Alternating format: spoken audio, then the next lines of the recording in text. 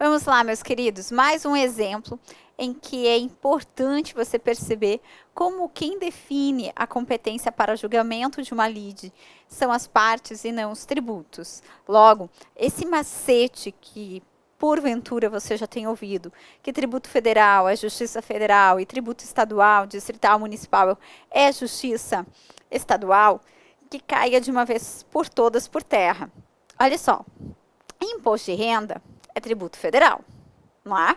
Então, quem tem aquele macete lá, que tributo federal é justiça federal, sempre vai endereçar imposto de renda para a Justiça Federal. Só que, como vimos no bloco anterior, artigo 109 da Constituição Federal, o que importa são as partes. Sempre que a União, suas autarquias e empresas públicas federais forem parte, será competente para julgar a Justiça Federal. Assim, não sendo elas partes, aí eu vou para a Justiça Comum, a Justiça Estadual, digamos assim. Pois bem, agora, veja só. Nós temos, no caso de servidor público estadual, que quando ingressa com pedido de restituição de imposto de renda, ele tem que pedir a restituição para o Estado e não para a União. Não entendi nada, Josi. Olha só, o imposto de renda é um tributo federal. Porém, o que acontece? Nós temos, além da competência tributária, um tema que é de suma importância e que vocês já assistem à aula, na nossa primeira aula, que eu trabalho com o repasse da receita tributária obrigatória, primeira aula de direito material, tá? E aí, o que vem a ser? Repasse da receita tributária obrigatória. A Constituição Federal é ela quem outorga poderes para os entes federativos criarem e majorarem os tributos. Tá? Então, é a Constituição que diz que cabe à União criar o imposto de renda, cabe à União criar o IPI e assim sucessivamente. E o porquê que a Constituição Federal ela escolheu as pessoas que iriam criar cada um dos tributos ali discriminados? Porque a regra é que o ente que cria o tributo fica com o dinheiro da arrecadação daquele tributo para si. Então, o ente que cria o tributo, em regra, fica com o dinheiro da arrecadação para si. Pois bem, só que a mesma Constituição que traz essa regra, ela traz um capítulo denominado repasse ou repartição da receita tributária obrigatória. Eu falo repasse ou repartição, porque dependendo do doutrinador, bem como do examinador, ou ele vai falar repasse da receita tributária obrigatória, ou ele vai falar repartição da receita tributária obrigatória. E o que nós temos com isso? Com esse repasse, repartição da receita tributária obrigatória? A Constituição, ela diz que alguns entes federativos, com relação a alguns tributos, deverão repassar uma percentagem da arrecadação para eles. Como assim, Josi? Ora, ao invés da União ficar com todo o dinheiro da arrecadação do imposto de renda para ela pega uma percentagem e repassa para outro ente federativo.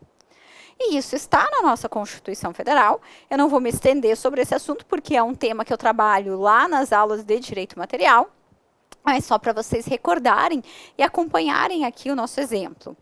O repasse da receita tributária obrigatória, ele tem previsão nos artigos 153, parágrafo 5º da nossa Constituição Federal, bem como 157 a 159 da Constituição Federal. E no artigo 157, inciso 1, tem-se que cabe ao Estado, bem como o Distrito Federal, 100% da retenção do imposto de renda pago sobre os valores pelos próprios estados e distritos federais que se veem obrigados na hora de um pagamento. Não entendi, Josi? Olha só. O artigo 157, inciso 1, diz, cabe aos estados, bem como o Distrito Federal, ficar com 100% do imposto de renda retido na fonte por eles, quando realizam pagamentos. Quando nós falamos de imposto de renda, nós temos legislação própria que determina que o empregador um exemplo, na hora que ele vai pagar um salário para o empregado, ele já retém o imposto de renda na fonte daquele empregado. Porque o empregado que ofere renda tem que pagar imposto de renda. É o fato gerador do imposto de renda. Só que, quando o empregado recebe lá, digamos, 10 mil reais de salário, ao invés do empregado receber 10 mil reais e ele que oferiu aquela renda pagar o imposto de renda, 27,5% de IR para a União, a legislação do IR, a fim de evitar sonegação fiscal, diz, ó, empregador, na hora que você for pagar o salário para o seu empregado, já faça a retenção do IR e já repasse para a União. Então, o empregador, muitas vezes, pessoa jurídica de direito privado, ele vai pagar o salário, digamos que vai pagar lá 10 mil reais. Aí, na hora que ele vai pagar 10 mil reais, a lei já diz, ó, ao invés de pagar 10 mil, para o empregado depois pagar o imposto de renda, você já faça a retenção do IR e já repasse para a União. Então, o empregador, ao invés de pagar 10 mil, ele já paga aquele valor descontado e passa para a União. Ok. Só que, quando o Estado é o empregador, o Estado vai fazer a retenção desse imposto de renda, 27,5%. E como foi o Estado quem fez a retenção, porque ele está pagando, digamos que o salário do seu funcionário público estadual, a Constituição, no artigo 157, inciso 1, diz, ó, Estado, você tem direito a ficar com 100% da arrecadação do imposto de renda retido na fonte sobre os valores pagos por vocês ou suas autarquias.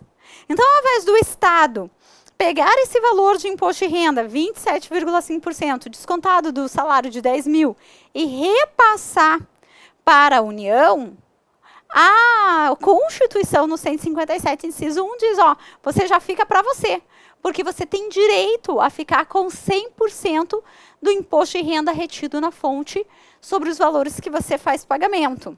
Então, sempre que a lei fala, ó, Estado, você tem que reter o imposto de renda, Distrito Federal, você tem que reter o imposto de renda, você fica com esse imposto de renda retido para você, 100%. Isso é o repasse da receita tributária obrigatória. Então, veja, vamos então imaginar que o Estado, na hora que foi pagar o salário do seu empregado, ele pagaria 10 mil reais, mas, em razão da legislação do IR, ele já faz a retenção aqui de 27,5%. Então, ele vai pagar o valor descontado já para o empregado. E por que a legislação faz isso? Para evitar a sonegação, de modo que, do bolso do empregador, vai sair 10 mil reais. Se vai 2 mil para a União, em razão do imposto de renda, e 8 mil para o empregado, está tudo bem. Ele não se importa.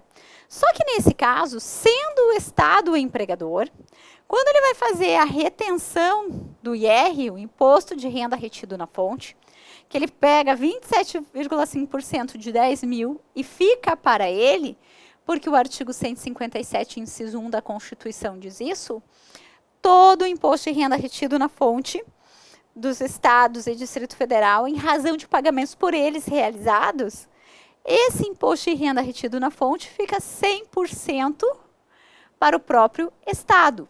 Então, se fosse qualquer outro empregador, o empregador faria a retenção e repassaria para a União. Como quem é o empregador nesse nosso exemplo é o Estado, ele vai pegar 27,5% do imposto de renda e vai ficar para ele com 100%. Só que imagine que esse empregado, ele tem, na verdade, uma isenção de IR. Como assim, Josi? A lei diz que ele não precisa pagar imposto de renda. A exemplo, a Lei 7713 de 88, em seu artigo 6º, inciso 14, prevê a isenção do imposto de renda sobre proventos de aposentadoria de pessoas com neoplasia maligna. Então, está lá escrito na lei. Os proventos de aposentadoria de pessoas com neoplasia maligna estão isentos do imposto de renda. Logo, se esse empregado, já aposentado, tem neoplasia maligna, ele não tem que pagar imposto de renda. Ele tem isenção, a lei o dispensa desse pagamento. Só que, ainda assim, o Estado acabou retendo esse imposto de renda. E aí eu te pergunto, foi legal essa retenção? Foi devida essa retenção? Não, né? Porque a lei diz que esse nosso cliente aqui, ele tem neoplasia maligna, ele tem, então, isenção sobre os proventos de sua aposentadoria quanto ao imposto de renda. Então, foi indevido esse recolhimento, essa retenção. Se foi indevido, e a gente vai estudar durante o nosso curso, aliás, é a primeira peça prático-profissional que nós iremos fazer, toda vez que o sujeito paga um tributo indevidamente ou a maior, cabe a restituição, cabe a repetição de indébito tributário. Logo, esse empregado, então, já aposentado, vai ingressar em juízo requerendo esse imposto de renda retido na fonte de forma indevida para ele, vai restituir esses valores. Quando ele vai ajuizar a ação, a pergunta que eu te faço é: quem vai ser a parte ré? A União, porque o Estado, porque o imposto de renda é um tributo federal? Ou o Estado? Seja bem sincero, vamos pela lógica aqui?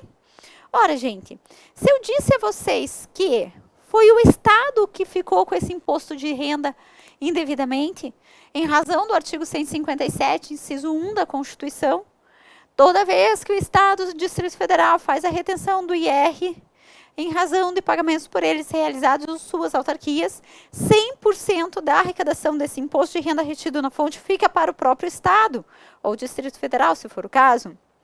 Então, quem ficou de forma indevida com esse imposto de renda foi quem? Foi o Estado. A União não viu R$1 desse valor. Quem ficou com todo esse imposto de renda retido na fonte de forma indevida foi o Estado. E aí? E aí que quem vai ser, então, a parte ré é o Estado.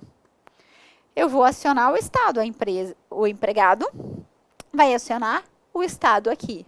Logo, a pergunta que eu te faço: aonde que eu vou ajuizar essa minha demanda, essa minha ação de restituição? Na Justiça Federal, porque eu estou discutindo o imposto de renda, que eu quero restituir todo o imposto de renda que foi pago indevidamente? Ou na Justiça Comum, Justiça Estadual, porque, na verdade, quem é parte aqui é o Estado? De novo, quem define a competência para julgar uma lide são as partes. Porque o artigo 109 da Constituição Federal diz claramente: sempre que a União, suas autarquias e empresas públicas federais forem parte, será competente para julgar a Justiça Federal. Está vendo a União como parte aqui? Não. Está vendo uma autarquia federal? Não. Uma empresa pública federal? Não. Logo, quem vai ser competente para julgar vai ser a Justiça Estadual. Nesse sentido, nós temos, inclusive, a súmula 447 do STJ, que diz o seguinte: quem deve figurar como parte legítima nas ações de restituição de servidores públicos estaduais de imposto de renda são os estados. Então, veja, a União não vai participar aqui, porque a União ela não ficou com R$1 desse imposto de renda indevido. Então, tratando-se de servidor público estadual que pleiteia a restituição do imposto de renda, tem que ser em face do Estado, porque é um servidor público estadual. E se teve a retenção indevida de IR, quem fez essa retenção e ficou com o dinheiro do imposto de renda de forma indevida foi o Estado. Logo, é ele que deve compor a lide. E se a União não é parte, não é competente para julgar a Justiça Federal. Tem que ser Justiça Estadual. Mais ou menos nesse sentido, nós também temos, se tratando de um servidor público municipal. Como assim, Josi? É porque agora, lá em razão do artigo 158, inciso 1 da Constituição Federal, nós temos a mesma premissa, só que envolvendo os municípios. O artigo 158, inciso 1 da Constituição, diz: quando o município, assim como suas autarquias municipais, realizam um pagamento e devem fazer a retenção do imposto de renda na fonte sobre os pagamentos por eles realizados, 100% desse imposto de renda retido na fonte ficará para o próprio município. Então, se o município vai pagar um salário para o seu servidor público municipal, a lei diz, o empregador retém o imposto de renda na hora de pagar o salário para o empregado. O município vai, então, fazer a retenção do IR sobre o salário pago para o servidor público municipal. Em razão do artigo 158, inciso 1 da Constituição Federal, o município ficará com 100% da arrecadação daquele imposto de renda retido na fonte para ele, repasse da receita tributária obrigatória. Aí mesmo exemplo, agora é um servidor público municipal, ele tem neoplasia maligna. E, em razão da 7713 de 88, artigo 6º, inciso 14, ele não vai ter que pagar imposto de renda sobre os proventos de sua aposentadoria, porque ele tem uma neoplasia maligna. Só que, mesmo assim, o município fez a retenção. E agora, se houve o pagamento indevido a maior de um tributo, cabe ação de restituição. O servidor público municipal vai ajuizar essa ação de restituição em face da União, porque é imposto de renda? Não, a União, de novo, não viu R$1, um mísero real, desse imposto de renda retido na fonte. Quem ficou com todo o valor, nesse nosso segundo exemplo, foi o município. Logo, quem irá compor essa lide é esse empregado, que tem a isenção, e o município, porque ficou com 100% do imposto de renda retido na fonte para ele. Se é município e é um contribuinte, não tem por que ajuizar a demanda na Justiça Estadual, será na Justiça Estadual.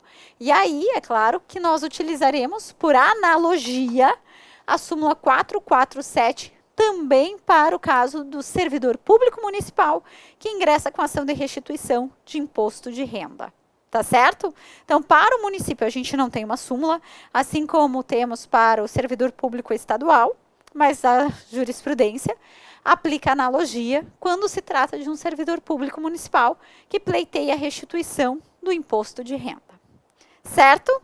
Então, vejam, como não dá definitivamente para eu ficar apenas olhando para o tributo. Eu disse no bloco anterior e eu repito, quando eu olho para o tributo, é claro que vai facilitar para eu identificar até mesmo quem serão as partes da minha relação.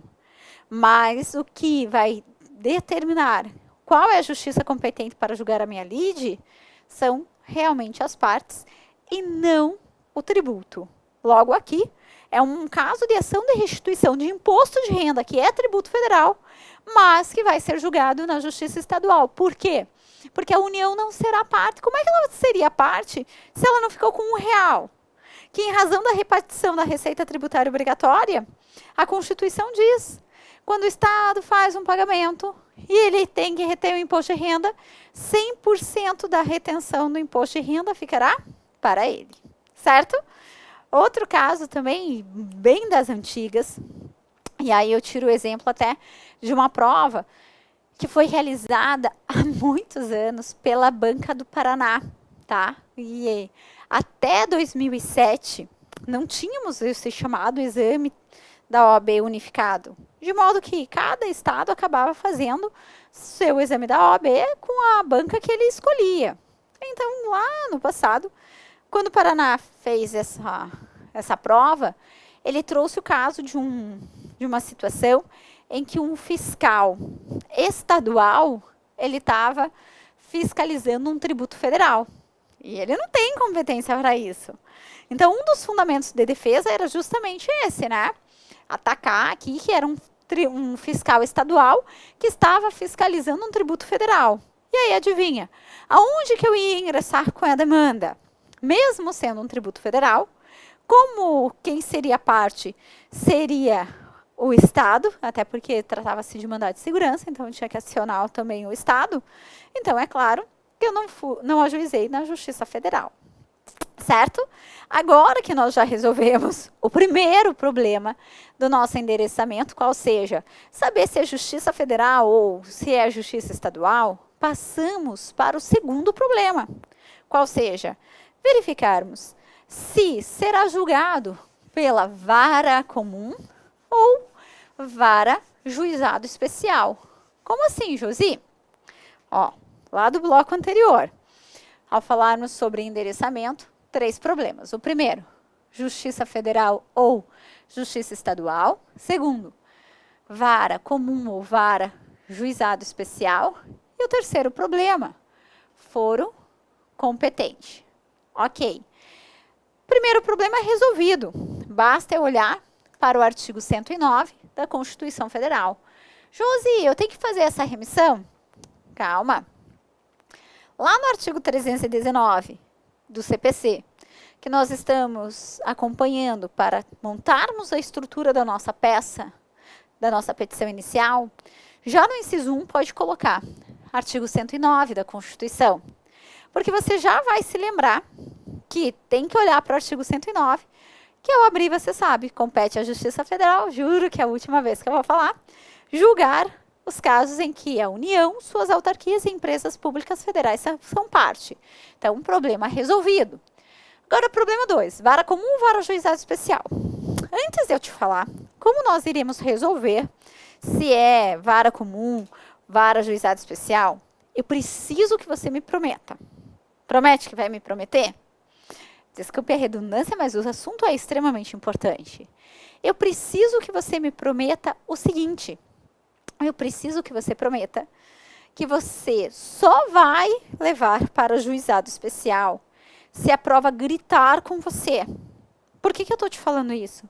Porque até hoje não foi cobrado juizado especial na nossa prova. Até hoje não tem uma prova em que houve o endereçamento para o juizado especial. Mas isso não significa dizer que não haverá nunca uma prova que enderece para o juizado especial. Se for causa para ser julgada no juizado especial, o endereçamento será o juizado especial, virá no gabarito. Então, eu tenho que te falar quando é que vai ser julgado pelo juizado especial.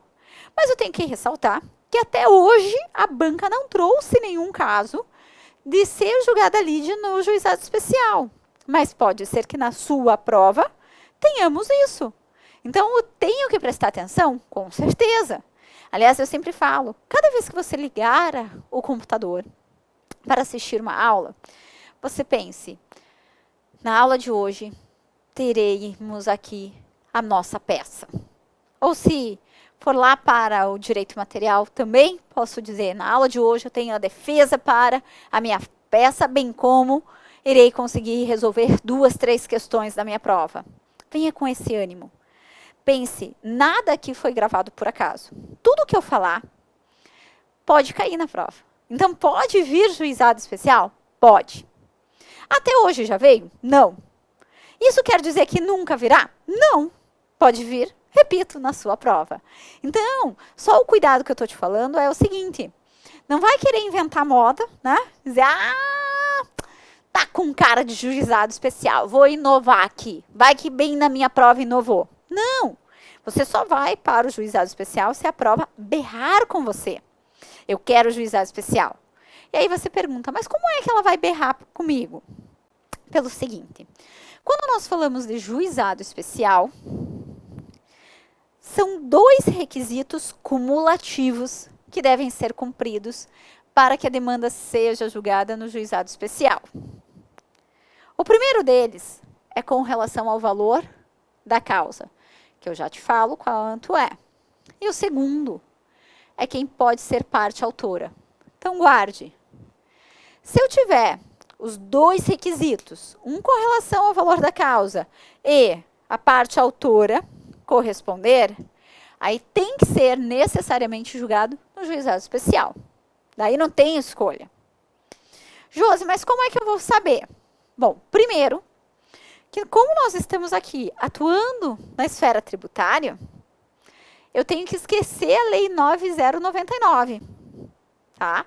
Para nós, tributaristas, quando falamos em juizado especial, e aí eu até já vou trazer para cá, quando nós falamos em juizado especial, nós temos 2 leis.